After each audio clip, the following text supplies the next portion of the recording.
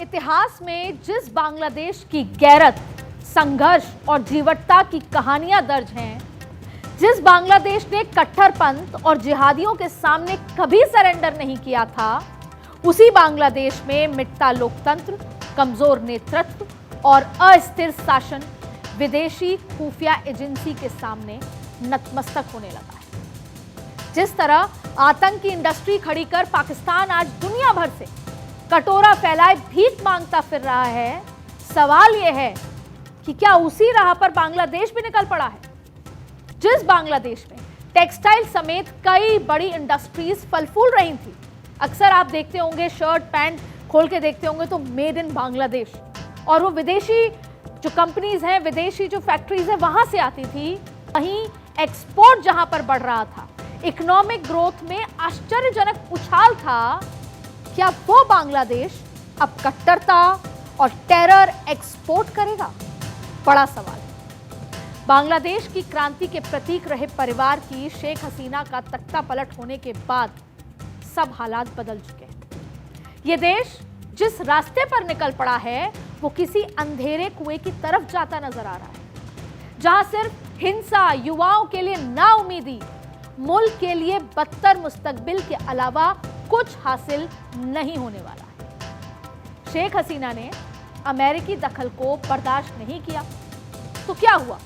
नतीजा, उनको सत्ता से बाहर होना पड़ा, यहां की अपने देश से बाहर जाना पड़ा। अमेरिका को सेंट मार्टिन द्वीप देने की बात स्वीकार नहीं की तो उन्हें सत्ता से हाथ धोना पड़ गया। इसीलिए कभी अमेरिका के सुरक्षा सलाहकार रहे दिवंगत हेनरी किसिंजर ने कहा था, it may be dangerous to be America's enemy but to be America's friend is फेटल।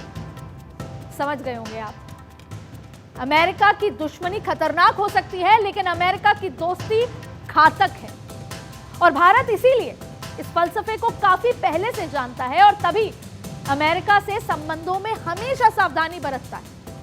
अपने हितों से समझौता करने की कोई शर्त नहीं मानता भारत, लेकिन बांग्लादेश ऐसा नहीं कर पाया और ऐसा करने के लिए स्ट्रांग नेतृत्व चाहिए। बांग्लादेश के पास शायद ऐसा सोचने वाला ब्रेन ही नहीं है।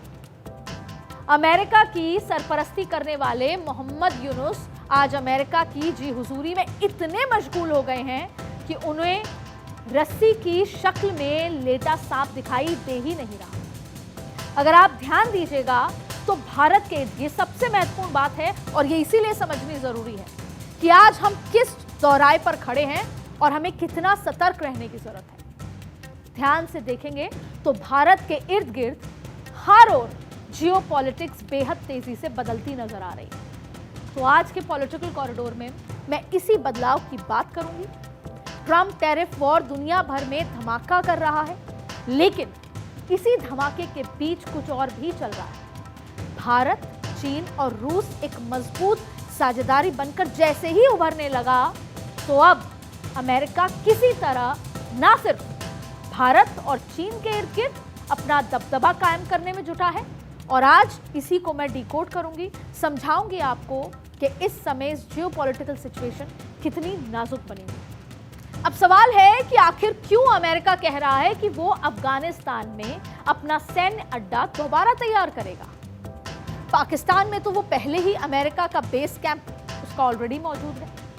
तो वहीं बांग्लादेश में भी अमेरिका किसी तरह दबे पांव अपने बेस तैयार करने में मशगूल नजर आ रहा है। दिखाई तो ऐसा ही दे रहा है और इसको लेकर बेहद सतर्क रहने की जरूरत है, क्योंकि अमेरिका यहां से सिर्फ चीन पर नजर नहीं रखेगा बल्कि भारत और हिंद महासागर में भी अपना दबदबा बढ़ाने की तैयारी में वो आगे निकल रहा है।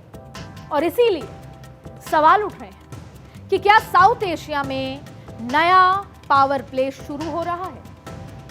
क्योंकि कहीं ना कहीं जब रशिया, चाइना, अमेरिका एक साथ आए और वो तस्वीर देखते ही अमेरिका की रणनीति बदली। एक बार फिर अफगानिस्तान में बेस कैंप, पाकिस्तान तो जैसे अमेरिका ने खरीद ही लिया हो, और अब बांग्लादेश में भी दबे पांव बेस कैंप बनाने की तैयारी। और सिर्फ नजर है कि अमेरिका, चाइना और भारत पे अपनी पूरी नजर बनाए रखना चाहता है।